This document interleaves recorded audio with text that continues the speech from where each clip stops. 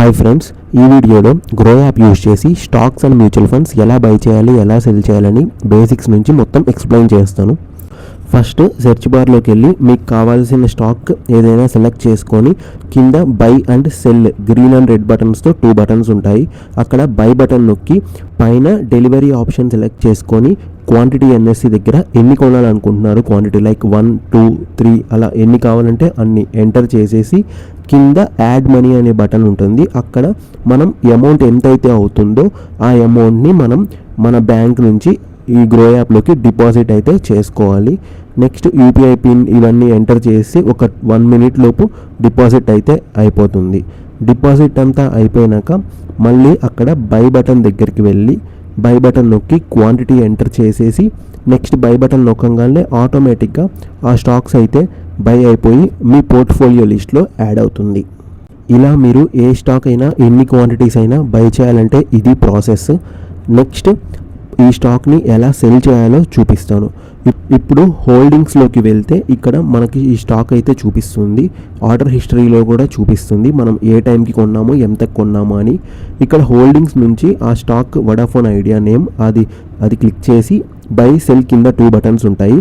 Cell అని నొక్కితే cell screen మీదకి వెళ్తుంది. ఇక్కడ మనం ఎంత క్వాంటిటీ సెల్ చేయాలనుకుంటున్నాము అన్నది మెన్షన్ చేసి కింద మార్కెట్ ప్రైస్ పెట్టేసి సెల్ బటన్ నొక్కగానే ఆటోమేటిక్గా 1 సెకండ్లో సెల్ అయితే అయిపోతుంది. సెల్ అయిపోయినాక ఆ ప్రైస్ అయితే అప్డేట్ అయ్యి మీకు అకౌంట్లో రేపు 1 working day తర్వాత అయితే మీకైతే యాడ్ అవుతుంది. అండ్ మీరు సెల్ చేసేటప్పుడు అది టీపిన్ ఆథరైజేషన్ అయితే అడుగుతుంది. అలా అడగకుండా ఉండాలంటే ఈ సెట్టింగ్స్ని చేసుకోవాలి. సెల్ ఆథరైజేషన్కి వెళ్ళి అక్కడ DDPI ఎనేబుల్ చేసుకోవాలి. ఇది ఎనేబుల్ చేసుకోనికి మీకు 100 రూపీస్ ప్లస్ 18 ట్యాక్స్ పడుతుంది. సో టోటల్ 118 రూపీస్ పే చేసి ఇంకా మీకు లైఫ్ టైంలో సెల్ దగ్గర ఎటువంటి పిన్స్, ఓటీపీస్ ఏం అడగదు, డైరెక్ట్ సెల్ చేసేసుకోవచ్చు. అండ్ మీరు ఈరోజు సెల్ చేసిందంతా అది బ్యాలెన్స్లో అయితే అప్డేట్ అయ్యి మొత్తం 1 working day తర్వాత అంటే నెక్స్ట్ డే మార్నింగ్ అయితే చూపిస్తుంది. ఇప్పుడు ఇలానే మ్యూచువల్ ఫండ్స్ కూడా ఎలా బై చేయాలి, ఎలా సెల్ చేయాలన్నది చెప్తాను. కింద మ్యూచువల్ ఫండ్స్ అనే మెనూ దగ్గర సెలెక్ట్ చేసుకొని మీకు కావాల్సిన మ్యూచువల్ ఫండ్ ఇక్కడ 3 years, 5 years, 1 year అనాలిసిస్ పెట్టుకొని ఏది ఎక్కువ పెరిగిందో చూసుకోవచ్చు. అండ్ ఇక్కడ 1 year పెడితే యాక్సిస్ ఎక్కువ ఉంది, సో నేను అది HDFC ఉంది, అది నేను సెలెక్ట్ చేశాను. కింద 1 time SIP 2 ఉన్నాయి. 1 time అంటే ఒకేసారి మీరు కొనాలనుకున్నది. SIP అంటే మంత్లీ మీరు ఒక ఫిక్స్డ్ అమౌంట్ సిప్ పెట్టుకొని కొనవచ్చు. SIP పెడితే మంత్లీ ఏ డేట్న మీకు అమౌంట్ డెబిట్ అవ్వాలన్నది మీరు ఇక్కడ మార్చుకోవచ్చు. అండ్ ఎంత అమౌంట్ పెట్టుకోవాలి అన్నది కూడా అక్కడ అమౌంట్లో 100 or 200, 500 అది ఎంటర్ చేసుకోవచ్చు. నేనైతే 1 timeకి వెళ్ళి 100 ట్రై చేస్తున్నాను ఎలా పెట్టాలన్నది. ఇక్కడ బ్యాంక్ అకౌంట్ సెలెక్ట్ చేసుకొని కింద ఇన్వెస్ట్ నొక్కితే మీకు ఆ పిన్ అయితే మీరు ఎంటర్ చేయగానే మీకైతే పేమెంట్ అయితే అయిపోయి ఇదంతా మ్యూచువల్ ఫండ్ అనేది సక్సెస్ అవుతుంది. ఆ యూనిట్ సెలెక్ట్ అవ్వడానికి మీకు 1 or 2 working days అయితే పడుతుంది. సో ఇలా మ్యూచువల్ ఫండ్స్ని బై చేయొచ్చు. అండ్ సెల్ ప్రాసెస్ అయితే సేమ్ స్టాక్ సెల్ చేసినట్లే సెల్ చేయొచ్చు. నెక్స్ట్ ఇప్పుడు ఏదైనా స్టాక్ మనము స్టాప్ లాస్ కానీ ఆటో సెల్ కానీ ఎలా పెట్టాలనేది చూపిస్తాను.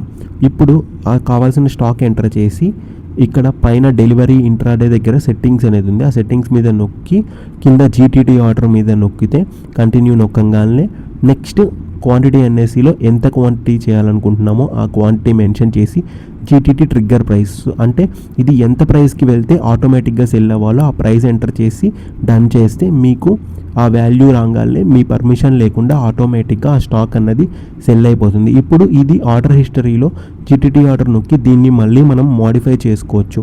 ఇందాక ప్రైస్ అనేది 15 పెట్టాము, దీన్ని 15 నుంచి చేంజ్ చేసుకొని వేరే ప్రైస్ లైక్ 13 పెట్టి మోడిఫై చేస్తే ఇది 13కి అప్డేట్ అవుతుంది. అంటే 13 రాగానే ఈ స్టాక్ ఆటోమేటిక్గా సెల్ అయిపోతుంది వితౌట్ అవర్ పర్మిషన్.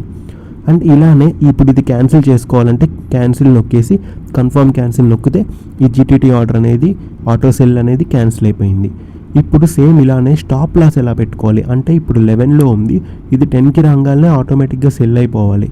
ఇంకా తక్కువకి లాస్ అవ్వకుండా ఉండాలంటే అప్పుడు ఇక్కడ సేమ్ సెట్టింగ్స్ మీద సెల్ ఆర్డర్ నొక్కేసి క్వాంటిటీ ఎన్ని కావాలని నొక్కి ఎంతకి మనము స్టాప్ లాస్ పెట్టుకోవాలి అనుకుంటున్నామో ఆ వాల్యూ కరెక్ట్గా ఎంటర్ చేసుకోవాలి.